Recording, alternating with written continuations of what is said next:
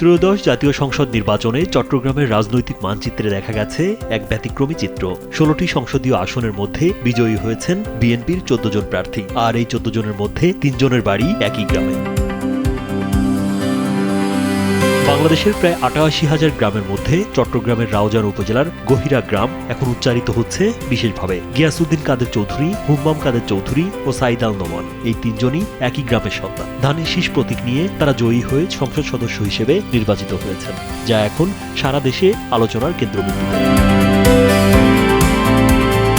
চট্টগ্রাম ৬ আসনে ধানের শীষ প্রতীক নিয়ে বিপুল ভোটে বিজয়ী হয়েছেন গিয়াসউদ্দিন কাদের চৌধুরী। বিপুল ব্যবধানে জয়ের পর সমর্থকদের মাঝে দেখা গেছে উচ্ছ্বাস। নে দুই বেলা খাবি ফ্যান্টাস্টিক নিমক হালাল সল্টেড বিস্কুট।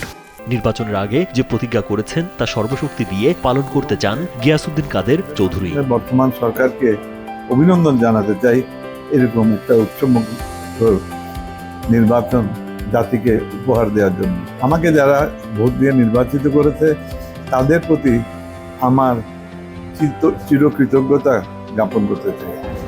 আমি যেসব বিষয়াদি নিয়ে প্রতিজ্ঞাবদ্ধ ছিলাম, চেষ্টা করব সার্বিক শক্তি দিয়ে সেসব প্রতিজ্ঞা আমি রক্ষা করার জন্য।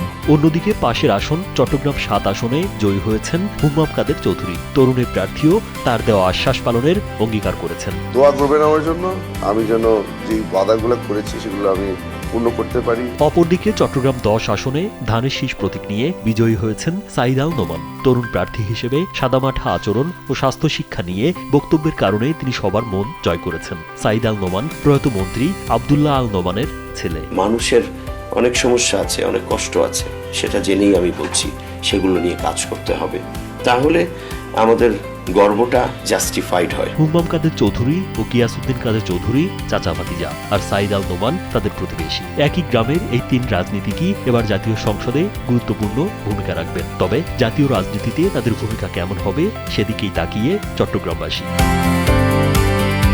রাজীব বিশ্বাস, কালবেলা।